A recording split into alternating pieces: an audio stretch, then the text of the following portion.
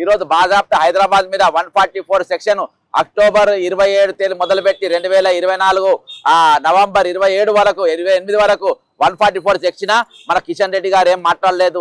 అంతేకాకుండా మన Bandi Sanjay home minister గారు ఏం మాట్లాడలేదు. అదే విధంగా మరి ఎంఐఎం కూడా ఏం మాట్లాడలేదు. మనము ఒక చతుర్ లెక్క చూసి ఎంఐఎం కూడా మనకు ఈరోజు మద్దతుగా నిలబడి ఆయన కూడా 144 సెక్షన్ మీద ఏం మాట్లాడలేదు.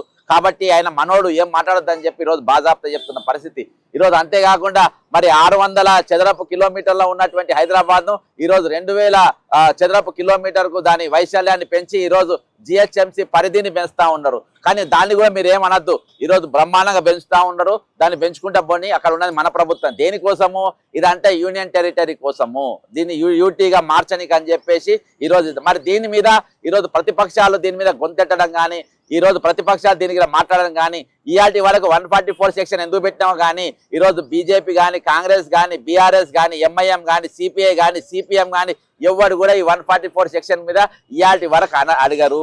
అంతేకాకుండా ఈరోజు రిటైర్మెంట్ ఎంప్లాయీ మరణాల గురించి మాట్లాడారు. ఈరోజు పిఆర్సీ గురించి బాజాప్తా ఉద్యోగ సంఘాలు కూడా మాట్లాడాయి.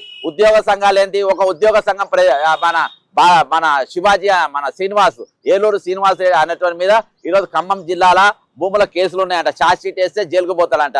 కాబట్టి నీ గురించి నేను మాట్లాడా. ఇక ఇంకో సంఘ నాయకుడేమో బీటీఎన్జీఓల భూములు ఉన్నాయంట, దాన్ని అడ్డం పెట్టుడు. ఇంకోటి మన ఏది వాళ్ళ ఏసీబీ కేసుల పైరవిలంట.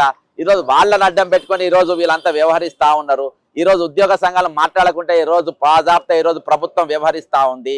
ఇక అంతేకాకుండా ఈరోజు ప్రభుత్వ సంఘాలను కూడా బ్లాక్మెయిల్ చేసే పరిస్థితికి దిగజారిందంటే ఇక మనం అర్థం చేసుకోవాలి. అందుకనే ఈరోజు ఎక్కడ కూడా పరిస్థితి లేక ఈరోజు బాజాప్తా మేము తెలంగాణ అసెంబ్లీ బంద్కు మొన్న దినాన మరి 0 అవర్లో మరి ఏ విధంగానైతే రిటైర్డ్ ఎంప్లాయీ సబ్జెక్ట్ కొంచెం చర్చకు వచ్చింది కానీ అంత బలంగా రాలేదు. ఈరోజు కాగ్ రిపోర్ట్ ముందు పెట్టి మాట్లాడాల్సిన అవసరం ఉంది ప్రతిపక్షాలు. కాగ్ రిపోర్ట్లు ఎందుకు ఆ 16,842 కోట్ల రూపాయలు ఏ విధంగా డైవర్ట్ అయినాయని అడగాలి. మిస్ వరల్డ్ ఏ ఫండ్కి వెళ్ళి తీసుకొచ్చి ఖర్చు పెట్టిన అడగాలి. ఈరోజు మిస్ వరల్డ్ కోసము మరి పైసలు ఎక్కడికి వెళ్ళి వచ్చిందని అడగాలి. అంతేకాకుండా మిస్ వరల్డ్ మిస్ ఇంగ్లాండ్ మరి ఎవరైతే మెల్లి మ్యాగీ ఉందో ఇంగ్లాండ్ పోయిన తర్వాత మాతోని వేశ్యలు వివరించినట్టుగా తెలంగాణ ప్రభుత్వం వ్యవహరించిందని చెప్పి ఆమె స్టేట్మెంట్ ఇచ్చింది. మరి శిఖా గోయల్ గారు రిపోర్ట్ ఇచ్చింది. ఆ రిపోర్ట్లో ఏమున్నది అనేది అసెంబ్లీలో చర్చకు రావాలి. అసెంబ్లీలో దాన్ని తీసుకురావాలి అని ఒక డిమాండ్ చేయాలి. ఈరోజు మెస్సీ అనేటువంటి ఫుట్బాల్ ఆడడానికి తీసుకొచ్చిండు. దాదాపు దానికి ఒక 150 కోట్ల పైసలు ఇప్పటికి ఖర్చు పెట్టిండ్రు. మరి అందులో సామాన్యులు ఎవరు కూడా ఆడలేదు. ఈయన కొడుకులు, ఈయన మనవన్లు, అంతేకాకుండా ఈరోజు వీళ్ళ తమ్ముళ్ళ కొడుకులు, మరి అక్కడ ఉన్న బౌన్సర్ల కొడుకులు ఈరోజు ఫుట్బాల్ ఆడిన పరిస్థితి. ఈరోజు అక్కడ కూడా ఆ పైసలు ఎక్కడికి వెళ్ళి వచ్చినాయని చెప్పి అడగాలి. అంతేకాకుండా ఈరోజు గ్లోబల్ సమిట్